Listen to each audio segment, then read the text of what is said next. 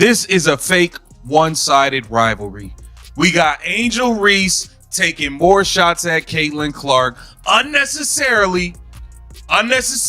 You in Indiana having a great time partying. We see all the clips.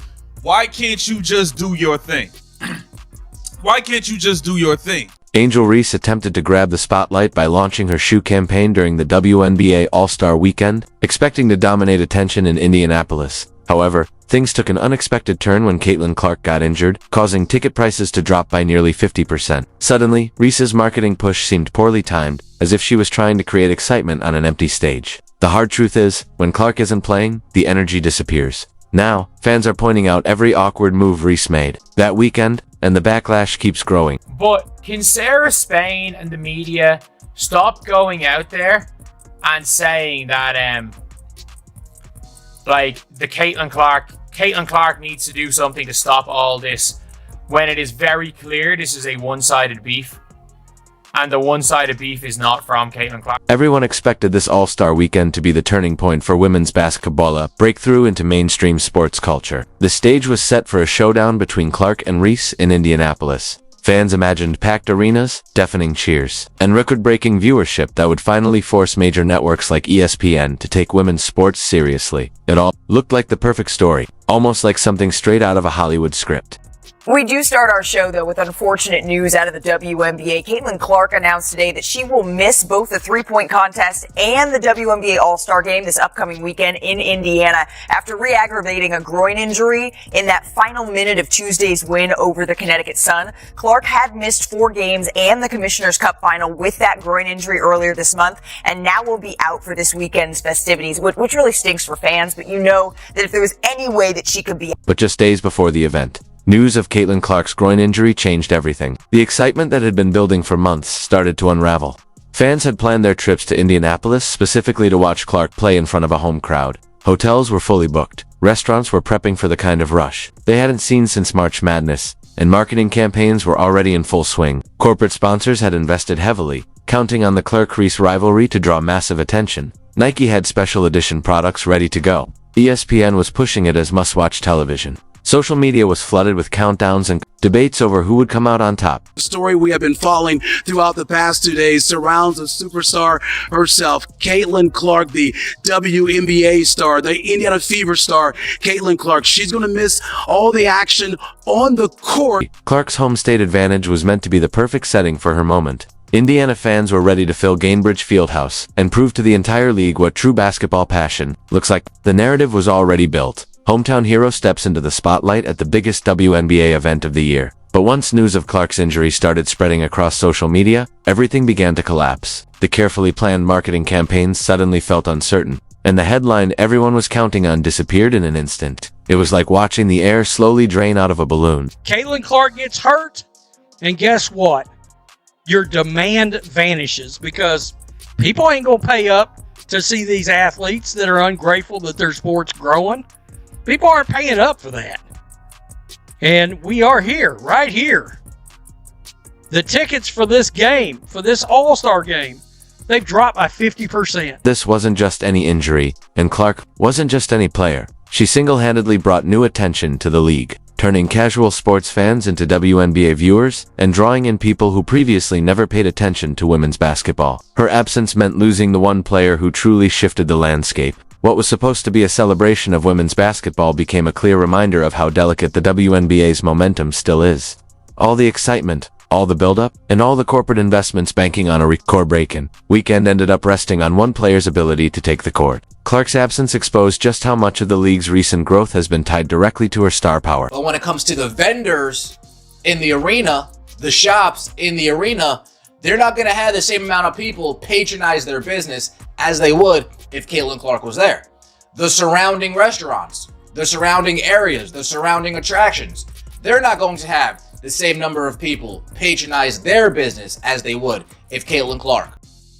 The carefully organized celebration of women's basketball quickly turned into a reality check about how far the league still has to go. While Clark was sidelined with a real injury, leaving fans heartbroken over her absence, someone else viewed the moment as a chance to shift the spotlight onto themselves. Reebok, Angel Reese are taking shots at Caitlin Clark, using her as promo. Angel Reese, let's be clear here. Let's just be all the way clear here. Angel Reese is a solid basketball player. Angel Reese 100% has benefited from attaching herself to Caitlin Clark at every single turn. Her podcast, the first 3 episodes, all the clips promoting was bringing up Caitlin Clark. It was bringing up Caitlin Clark in all of the promo. People wanted to know what she was going to say. She used Caitlin Clark as promo. Imagine rolling out your biggest marketing campaign in your rival's hometown while she's sidelined with an injury and can't even step on the court to defend her ground.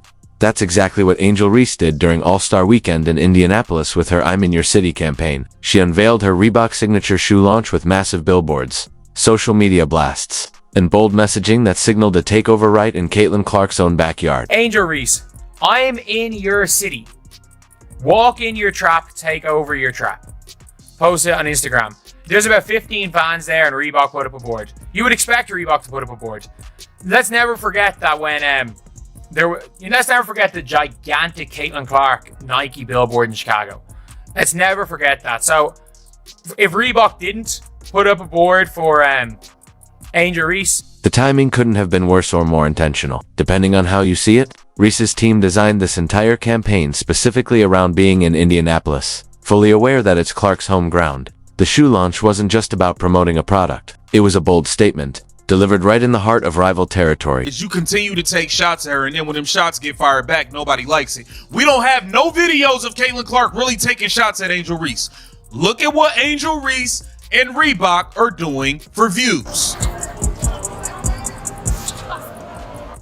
Walk in your trap, take over your trap. This is promo they're doing in Indianapolis, where Caitlin Clark plays. That is a clear shot. It's a clear shot.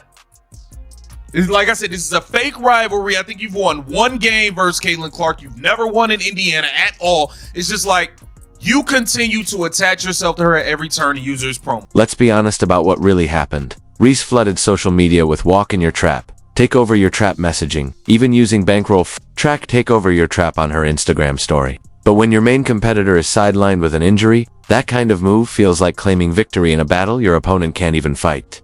Fans on social media quickly picked up on the tone. Some praised the marketing for being bold, but far more called it opportunistic and disrespectful given the situation. The reactions ranged from lighthearted jokes to sharp criticism, with many questioning why Reese chose to go so hard when Clark was clearly facing a real setback. Caitlin Clark has never said a negative word about Angel Reese.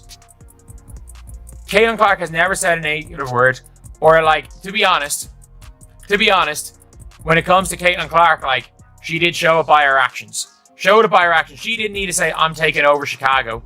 She did, however, go and put up 31 and 12, set a career high with 12 assists, to be the only player in the history of the WNBA ever to have 31 and 12 in a game. She did, in fact, do that and then try to hype up the Chicago crowd. So it's fair enough, you want to say, oh, Caitlin Clark did this, then show it with your actions. Go and win MVP. Go and win MVP. Don't just be like, this is my city. Don't just come in and be like, this is my city. You've never won a game. Has she won a game in Indiana? I don't think she's ever won a game in Indiana. I actually do not think she has won a pro game in Indiana. Reese hasn't even won a pro game in Indiana yet, and that's where things get interesting. Instead of shifting gears, after Clark's injury became official, Reese doubled down on her campaign. While other players in the league showed respect for the situation and scaled back the competitive messaging, Reese kept pushing forward as if nothing had changed. The difference was clear. Most All-Stars focused on celebrating the weekend and highlighting the league's growth, but Reese kept steering the spotlight toward her rivalry with someone who wasn't even able to play. One video analysis pointed out that Reese's team is excellent at marketing and deliberately crafted the campaign to spark conversation, even if that conversation came with backlash. How with Reebok she's using. This is nonstop. She has attached herself to Caitlin Clark at every single turn, and she has benefited. Let's be clear here. Yes, she does receive backlash. She does receive negativity, but she has benefited greatly. She has made millions of dollars off of attaching herself to Caitlin Clark and using her to make her brand bigger. This is absolutely a one-sided rivalry. And we've got to say it like it is. We can't say Caitlin needs to do this, Caitlin needs to do that. Let's be real. The only reason this is still a rivalry is because the other side of the rivalry won't stop it. And by the way, it is extremely beneficial for Angel Reese to be in his rivalry? The ticket prices. The demand fell off a cliff. And it's not just the on-court product that suffers without number 22, Caitlin Clark. The entire weekend's economic opportunities have felt the fallout. This was conveyed with a July 18th post from NBA Central that wrote, quote, "The get-in price for the WNBA All-Star Game in Indianapolis has dropped 48% from $121 a ticket to $64 a ticket after the news broke that Caitlin Clark won't be playing."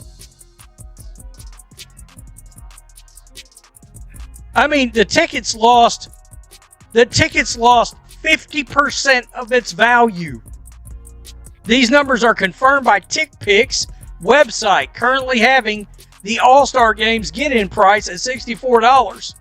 And a July 16th article from Front Office Sports, which was posted before Clark announced she'd be sitting out, was $121. From $121 all the way down to just $64 after news broke that Caitlin Clark won't be playing.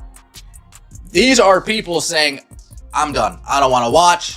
Caitlin Clark's not. I bought tickets solely to watch Caitlin Clark in the All-Star Game. I made accommodations solely to get to Indiana to watch Caitlin Clark in the All-Star Game. She is injured. I have no interest in that anymore. People are selling their tickets so much so they just want off of them. 121, okay. You want it for 100? Oh no, okay. I guess I gotta lower it to 80. Oh, you don't want to buy it for 80? Okay, I guess I'll lower it to 70. You don't want to buy it to 70? I guess I'll lower it to $64. The WNBA is paying attention to these trends, and they're seeing firsthand what Caitlin Clark is worth to this league. Really unfortunate that Caitlin Clark missed it. The crowd would have been exploding. The crowd would have been exploding. The arena would have been exploding.